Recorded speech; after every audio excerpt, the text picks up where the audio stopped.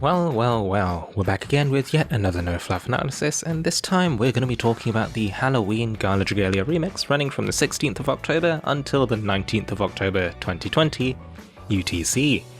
Let's cut the fluff and get straight to it. The first adventurer added the 5-star Wind Lance, Halloween Melsa, the Spirited Corpse. Halloween Melsa's first skill is Spooky Revival, a team-wide 25% strength buff for 15 seconds. Her second skill is Venom Bite, which deals 420% damage over 3 hits to enemies ahead, inflicting poison with a chance of 120% and lowering poison resistance by 10% for 30 seconds. This is shareable for 6 skill share points. Halloween Melsa has the standard Lance hit point go ability, and her Chain Go ability grants wind units 6% strength at 60% hit points or above. Halloween Melsa's first ability is Endurance of the Dead.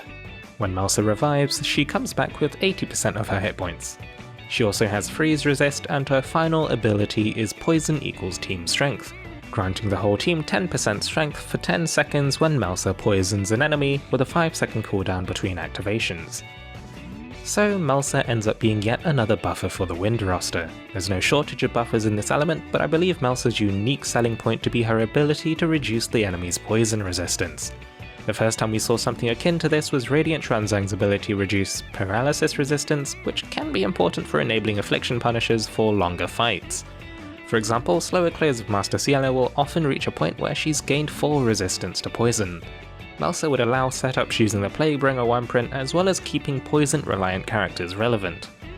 When reviving, most adventurers return with about 30% of their hit points. Melsa's first ability, Endurance of the Dead, allows her to return with 80% instead. This is a decent bit of flavour for her kit, but I don't think it's going to be breaking the meta anytime soon, and also has the disadvantage of being a purely defensive ability.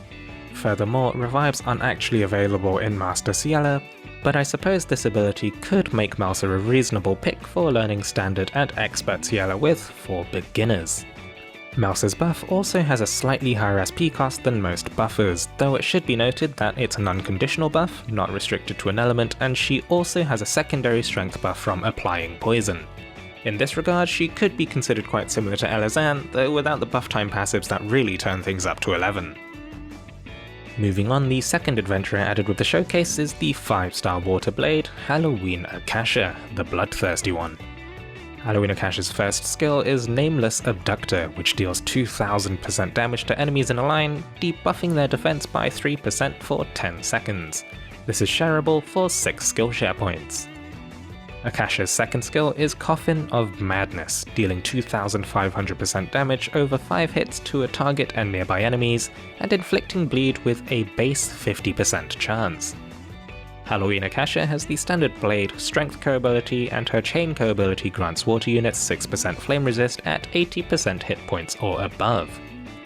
Halloween Akasha's first ability is Defense Reduced equals Debuff Edge. Whenever Akasha applies a defense debuff, it increases the chances of her inflicting debuffs by 50% for 5 seconds, with a 5-second cooldown between activations.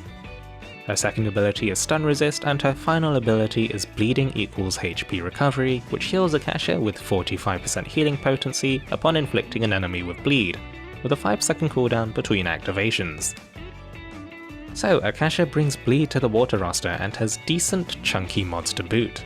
Her 50% chance of inflicting bleed with her S2s means that you'll always want to wait for the debuff edge from applying your S1 first, but the SP costs line up well enough to ensure that casting skills as they become available shouldn't make it too difficult to manage.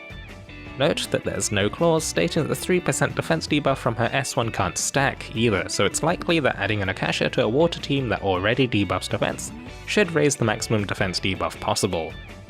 I'd be hesitant to have more than one Akasha on a team due to overcapping bleed, but theoretically, 4 Akashas would be able to debuff an enemy's defense quite considerably.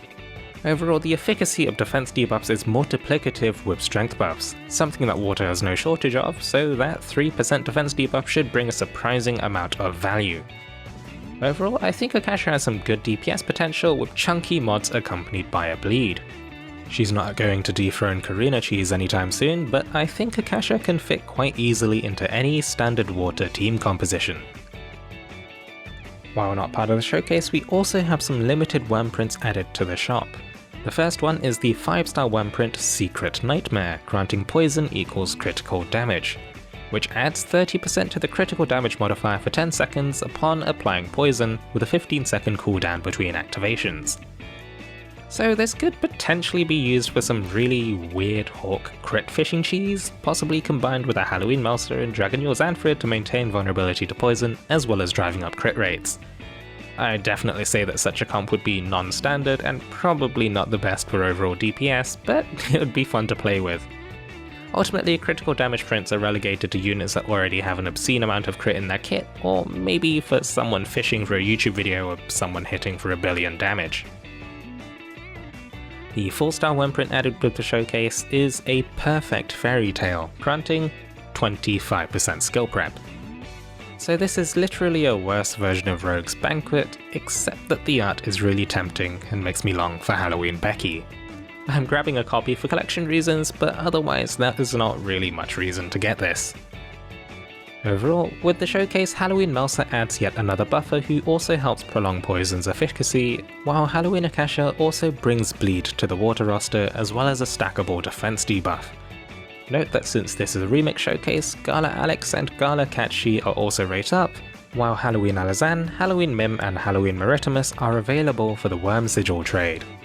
Since they're limited units, I'll be pulling for them myself, but tomorrow on Twitch. Not to worry, there'll still be a pull video produced.